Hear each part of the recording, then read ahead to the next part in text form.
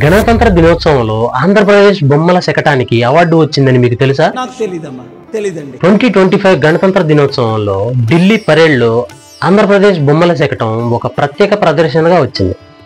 ఇది ఆంధ్రప్రదేశ్ యొక్క ప్రత్యేక కళల బొమ్మల శకటం 3వ స్థానం వరకు అనేక రాష్ట్రాల కళలతో పోటీ చేసి ఈ ప్రదర్శన ప్రత్యేక గుర్తింపును పొందింది. ఈ అద్భుతమైన ప్రదర్శనకు ప్రతిఫలంగా అవార్డు కూడా వచ్చింది. ఏటికొప్పాకకు చెందిన గోర్సా సంతోష్ గారికి, సీఎం చంద్రబాబు నాయుడు గారికి మరియు డిప్యూటీ సీఎం పవన్ కళ్యాణ్ గారికి మనం కృతజ్ఞతలు చెప్పాలి.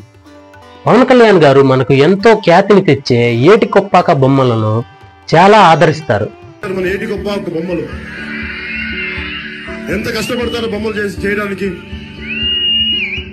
ఒక దివ్యాంగులు ఆయన కూర్చొని కాళ్ళు పని చేయట్లేదు కానీ బొమ్మలు తయారు చేస్తున్నారు. అంత గొప్ప ఏటికొప్పాక కళా నైపుణ్యం. యూత్ సంతోష్ కుమార్ లాంటి 7th క్లాస్ చదువుకొని ఇంత ప్యాషనేట్ గా ఉంది. It is degree by it self, it is PhD by it self. అందరికి రాదు.